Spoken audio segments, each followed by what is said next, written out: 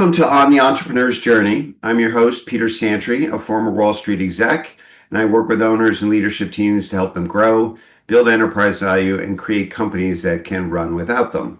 Today, I'm joined by Tom Gallagher, president of Diversified Automation, a Louisville-based integrator of material handling automation applications specializing in controls and software projects for the automotive, baggage, e-commerce, manufacturing, and parceling industries.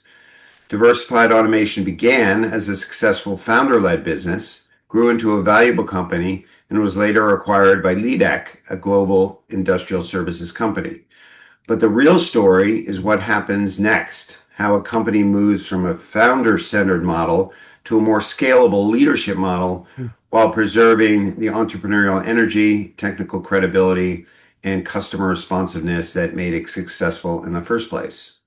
So today we'll talk about the life after acquisition, the rapid growth, building management depth, and the challenge of adding systems and accountability while the system is still moving fast. So Tom, welcome to On the Entrepreneur's Journey. Well, thank you very much. It's a great introduction. It makes me a little tired thinking about all the things that's happened up to this. Yeah, well, Thank you for having me. you've done a lot.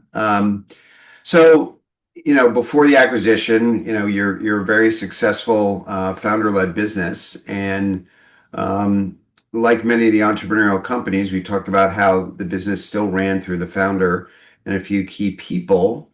Obviously worked for a long time, but where did it eventually start to show its limits? Because I think a lot of the audience has that issue where it's founder, led, and when did you kind of break through free and realize that that wasn't going to cut it any longer? Well, I think that started to happen. I've been with DA for two different stints, first of all. So I worked for the company back in 2007, 2008 timeframe, and then switched to work with a partner who worked closely with DA for a while. At that point, it was a single office organization. Everybody was working out of the one building here in Louisville, Kentucky. I went away for a few years, did some other things, and then Tony Young, our founder, called me back later on a few years ago when after the acquisition had happened. So during that interim, that's where they hit the wall. They were working between $10 to $20 million a year, roughly, and they had a small leadership team, 4 or 5 people, and they were able to keep their hands directly on every project that they did. But during that intervening period, when I left and when I came back, the business started to really take off. The volume of work, the size of the contracts, the number of things going on in parallel began to stack up. And they moved from a $20 million company to a $60 million company. And Wow. it's hard to fathom what that is directly, but if you haven't experienced it, but it's a significant difference in things. And I used to think when I was young, well, you get the company bigger, you just keep adding more people, and it keeps going the same way. But it's not how it is. They had to add in structure, they had to add in support services, they had to add a lot of other things. Actually began to open up offices different places around the country. So those were the things that started to happen when they began to see, wow, there's more opportunity than we can do with our own hands. And they began that idea of there have to be more people involved and we have to have more things going in more physical locations. So that's when they began to recognize this was going to get beyond what they could personally handle. And so they began to take some of the steps towards that. Right. So what specifically, and I know you might not have been there exactly overlapping, but certainly have a perspective on it. So what were the first things that they were doing in terms of just starting to, I guess you'd call it systematizing the business? What were the first steps that were taken? Because that's explosive growth. I mean, you're 3xing the business, and Right. you were there before and then after. What was different, and what had to happen for them to be able to do that? Yeah, they began to hire not just additional project managers. First of all, they hired regional office managers to guide smaller groups of project managers in Las Vegas and in Dallas, We had an office in Atlanta for a while, one in Indianapolis. So that was the first step, is they hired a layer of management. It was just a few people, it was three people. But Hmm. that was a big deal because up to that point, everything went from worker B to CEO and Right. his couple of colleagues. So now we had a layer of a few additional people that were, highly experienced, highly trusted, that began to run those smaller groups. On the technical side, the VP of engineering began to standardize how we were going to execute our systems. They came up with standardized solutions that were modular and could be repeated. And so you didn't have to have a great deal of strong design expertise. You just had to keep reusing the modules that were developed already. So those Hmm. were the first two things that really were a change in how we were executing. So delegation and some technology to make the work repeatable and uh, Correct. Yeah, done the same way. that's right. Um, okay. And then you ended up getting acquired by LEDEC, and you described sort of a healthy balance between the autonomy that you have and yet sort of the oversight of a company, which is kind of unusual. It is. Yeah. Parent pays attention to the business but doesn't meddle in the business, I think was your phrasing. So Yeah. what changed after the acquisition and what stayed the same, and how has the relationship worked successfully? First of all, yes, I fully agree. I've worked for a number of larger companies. I've worked in companies that have been acquired by others and been under that parent structure. Hmm. And it can be very restricting. It can be very oppressive. We don't have any of that here, which is great. The board of managers at LEDEC that I work with pretty closely, they do keep a close eye on the business. Some of the things that they've introduced that were really good. Um, our founder was a very entrepreneurial guy, very good with the numbers, really on top of the finances and things. And he was convinced for a long time he didn't need a CFO. When LEDEC started looking closely at DA for acquisition, they said, you really need a chief finance officer. That's a must.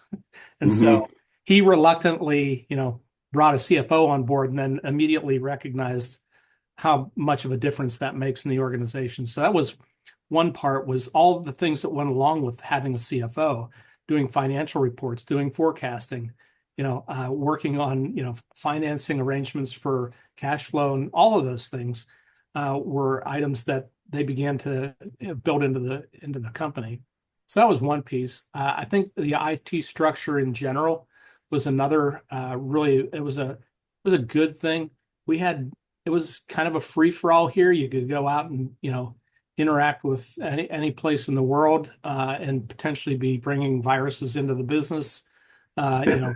Fortunately, it was a number of years ago when this happened, so they didn't experience any of the downsides of that. But IT services really stepped up significantly. We've got a very good protection system in place now.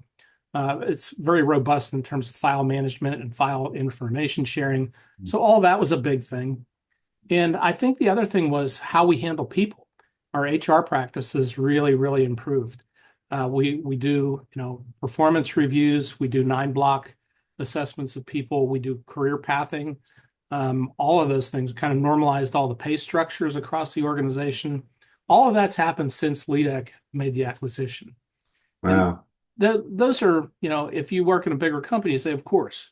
But a lot of mom and pop companies, they're hiring people when they need them and they pay what they have to pay at the time. And it's a free for all. It's really hard, especially if people communicate what their comp is. It can be real problems. Yeah. So we've leveled all that out, and we've got a system where people come in and they stay here for a lengthy period of time. So I think those were really good structural things that LEDEC had a lot to do with. Right, right. So, that, as you said, many companies can be really oppressive to when they acquire a company and they Yeah. take it over and the autonomy goes away and as does some of the entrepreneurial sort of spirit.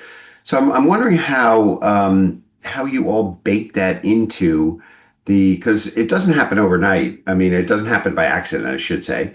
So how did you bake that in that or was it just the acquirer's sort of kind of way of doing business to leave you alone, or was this something that was deliberately negotiated? I'm just curious how it ended up this way. Yeah, I think it had very much to do with the lead CEO, Marcus Glasser Gallion. That's his DNA. He Hmm. is. I really admire the way he leads because he's got a global organization. He has to deal with different things in Europe versus South America versus India versus China. There's a lot of different dynamics involved, and he does very uniformly interacts with each one of those entities in a different way. He supports them. He makes sure that they're generally doing all the things that LEDEC wants to have happen, but he holds the reins loosely, and he gives you the ability to, you know, edge a little bit to the left or the right as you're going. And a lot of that, when I look at how DA was managed, from the time it was incepted to today, we have always tried to encourage the people to do as much as they can. Our purpose, stated purpose of the company is to create raving fans. In Hmm. order to create raving fans, you have to be able to make decisions. And I think that was actually one of the things that was an attraction to LEDAC. They saw that and they said, hey, we're in a service business with our customers, and keeping them happy is a big part of how we're successful. And they saw that in DA and they said, you know what? There's some really solid common ground there. And I think Mm. that really drew the two companies together in the first place. Wow, So it that's wasn't manufactured. It was just the way we're both wired to begin with. hmm, interesting. Now you're acquired and you're part of a bigger company. There's a nice hands-off approach, a lot of autonomy, but Yeah, you're also scaling quite rapidly. And the growth is not just 60 million, it's going, and we'll get into sort of where you see it going in the next true. 3 or 4 years. But you describe the company as building the airplane while going down the runway. And you Yeah, hired roughly 100 people last year, and I think you did. said 70, through 6 months, tremendous amount of growth. So what has that pace of growth exposed inside the business, and where have you had to adjust or add more structure, process, or accountability? Yeah, well, it was at the same time, it was so fun to be adding and stepping up to the challenges on a day-to-day basis. And it was completely nerve-wracking and it was frustrating at times. But we got out on the other side of that and said, man, that was really remarkable because we largely got through things even with adding the 100 people. And by the way, we were about 135 people going into last year, and we Hmm. came out with another 100 people. So Wow, almost just doubled. Yeah. oh, it was crazy. Everything from, getting people laptops and, email IDs to, arranging travel and, handling all the other, things that go on. Office space, you know. Well, fortunately for us, that was sort of a non-issue because we have so many people out in the field. We do work in our customer facilities largely. That's our biggest part of the group are the people that go out into the field and start the systems up. Uh, Hmm. that's over 100 people right there that are mostly on the road. So they work from home or they work from a remote office mostly. So the office space itself wasn't an issue, but certainly the scheduling was. And it's like we had 100 construction projects going at one time. And if you ever have a house built, for instance, you know that the schedules just never stay on track. And we Yeah. had that going on times 100 last year with every week the schedules are slipping, pulling forward, changing, going away, adding new. And so that was a big challenge for how we were doing the scheduling.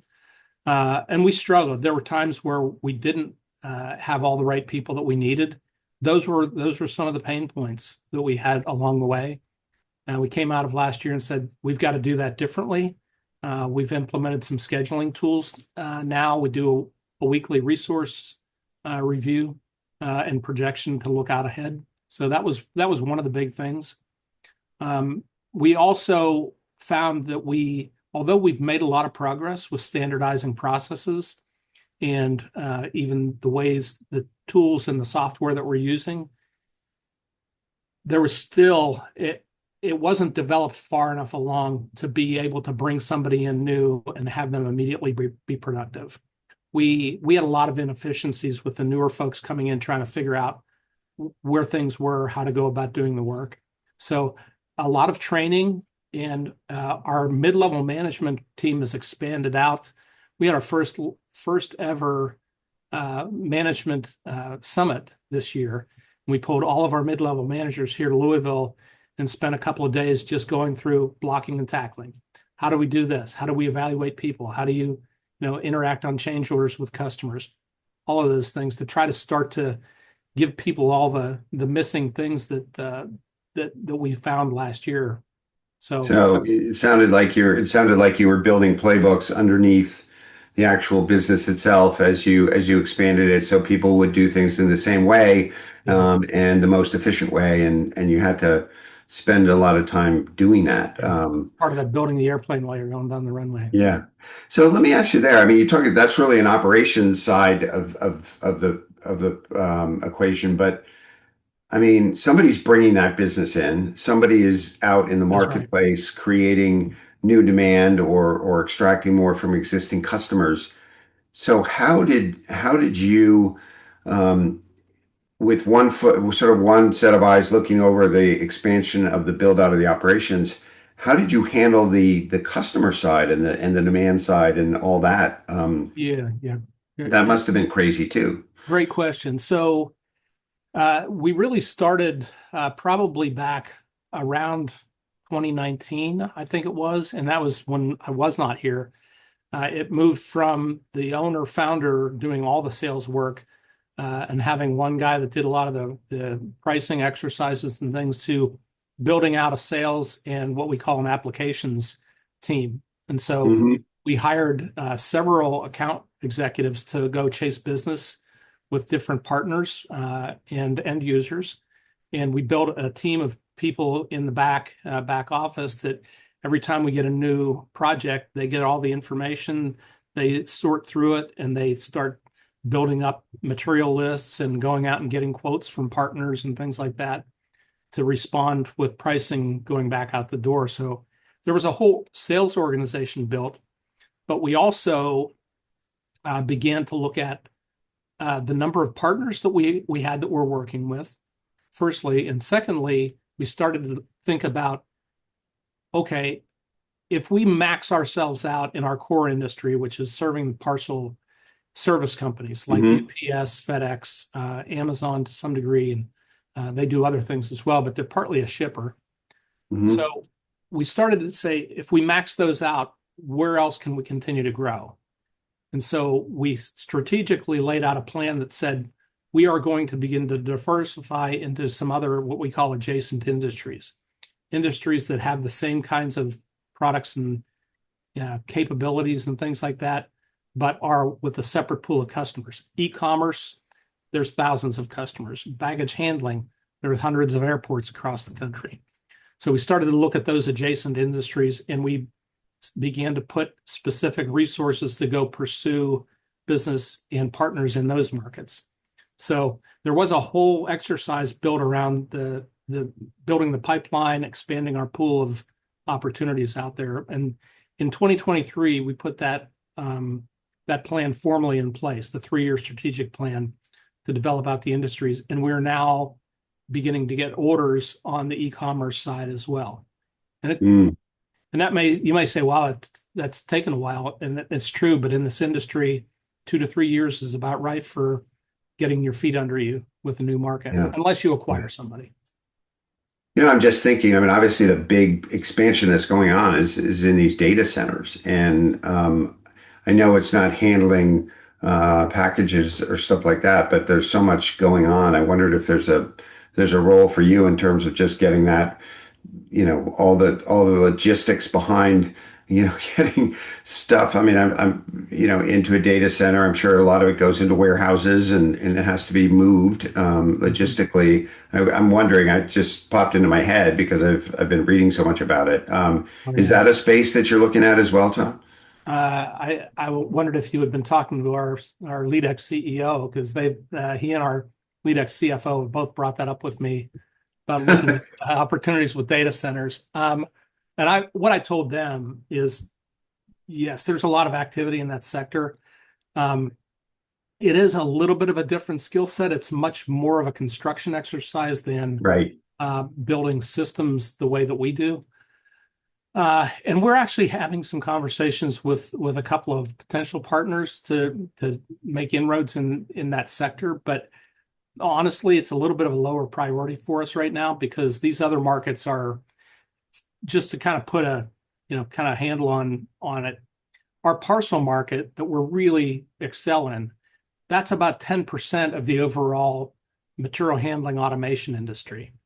So Hmm. we're doing 10% of this massive industry, and we're an industry leader in our segment. So if we just shift our feet over a little bit into e-commerce, there's this massive, area of potential work and customers and partners there without having to change out skill sets or understanding of equipment or anything else. So the data centers may sound odd. For us, it's probably a 5-year plan, not a 3-year plan, Yeah. where we begin to build that out more formally. Right. Right. So, the one of the things I deal with a lot, and my clients deal with it, and especially in the land of AI, or in the time of AI, people look and say, okay, I want to go into an adjacent market. And you Mhm. mentioned, we'd mentioned one that might be a little bit too far adjacent, but talk to me about, what are the adjacent industries that you're looking for? You mentioned e-commerce. Is there any other area that you're looking at, but that you want to expand, and will not take focus out of your existing business, and you think you can make a real difference in? Yeah, so I think for us, and probably for anybody, I would say if you're thinking about what else can we do with our business, for us, we started the process with saying, what are our strengths and weaknesses? Where Hmm. what are we built to do really well? And we kind of mapped all that out. And then we looked around at some other industries and said, what are the requirements to be successful in these other industries? You know, what kind of equipment, what kind of technology, what kind of software skills do they have in this industry, or where are they geographically, or are there other requirements like working for the government where there's a whole series of paperwork aspects of things? So what we did was we said, what are we built for? What opportunities are out there in other markets that we think may be applicable for us? And then for us, we actually rolled the dice a little bit. We said, let's identify three. And so we did. And we said automotive was one area. Automotive manufacturing happens all over the country. There are a number of big players in that industry. It's always changeover going as models change and so forth. So we looked at that. We said general manufacturing is also an area that we could play in technology wise. E-commerce and warehouse and distribution was also an area that was really close to home for us because they're handling packages. And then we looked at baggage handling, which seems maybe a little bit different, but it's something in DA's legacy we did for a period of time. And it's a relatively closed market. It's kind of controlled by gatekeeper consultants, Hmm. and it takes a while to get approved in that industry. There's very few players. So we said, if we can kind of dust off our credentials, we can immediately be back in. And the government had just announced a lot of funding to redo our nation's infrastructure. Hmm. So for us, we looked at the opportunities and then we started to try to do a match of saying, how do our capabilities fit for this one, this one, this one, this one? And so we started down that path. And I got a lot of questions. I said, why are you trying so many different avenues? And I said, well, because we don't know which one's going to work out. And so Hmm. we're going to start down the road and see. And what happened for us is we found very quickly automotive for us, we're not built well to compete in automotive. Hmm. So we made some efforts there, and then we said, you know what? We're cutting that one off, and we shut that exercise down. E-commerce, we started to have some productivity and baggage handling, even more so once we went back into that kind of fraternity of players. They said, "Oh yeah, we remember you. We'd like to see you back again." And we quickly started to get engaged with bidding, and we're now at the point where we're starting to get looks for actual jobs that we'll be executing. So, but that's for us how it worked. We just matched our capabilities with what's out in adjacent markets, and then what the opportunities are. Yeah, Dollars. I love that. And whether you have the people that can actually execute, whether you have the resources, and how much of a lift would it be, and how much of Yeah, your business model would you change?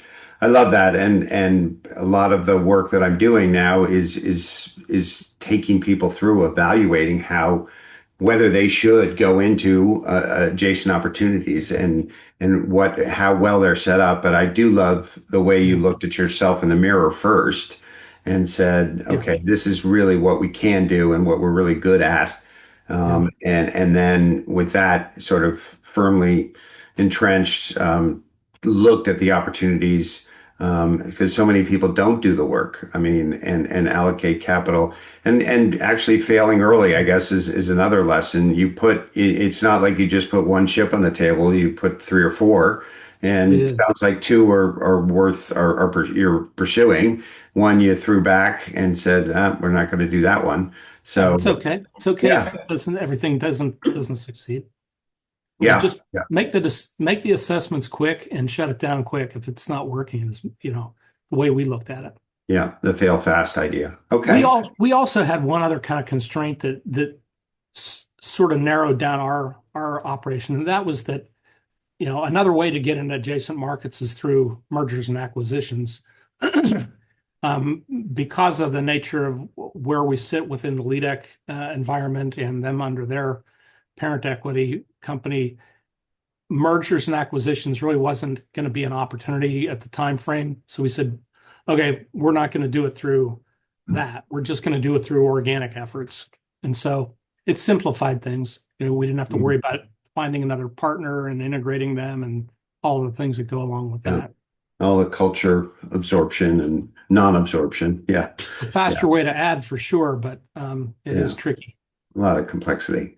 Okay. So, I guess the question is, how do you keep scaling, beyond? It sounds like you've built the infrastructure, the systems, you have the people in place, you're not overly dependent. You don't have heroics and as much on the management team. But what does the next chapter of diversified automation look like? What has to go right for the company to reach the vision that you have for it? You mentioned some initiatives, adjacent markets and things like that, but Mhm. what is the vision and what has to go right to make it happen? Yeah, that's a great question. We're right in the middle of all of this right now, because we've had what we call phase one of our life cycle here at DA, and that was the founder-led era. And then we had phase two, which was really where LeadEck acquired the business, and we began to really pivot away from that small management team to a more robust organization. Hmm. Now we're into the growth stage, phase three, which is where we're beginning to hit ground with some of these other uh, markets that we've started to pursue.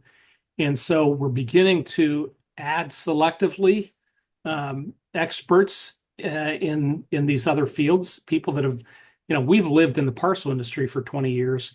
We're looking more now at people that have, hey, here's somebody that's been in baggage for 15 years, project manager, a lead engineer, a field guy or lady.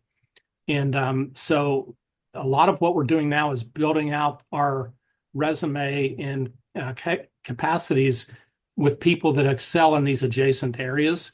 So we're adding that in, and we're continuing to add, the structural support, dashboards for live project tracking, things like punch list management, which is a big deal on our kind of projects, to make sure that as deficiencies are identified in the installation, we're going out and tidying those up, cleaning up, and knocking off those lists so we can, turn over and move on to the next job.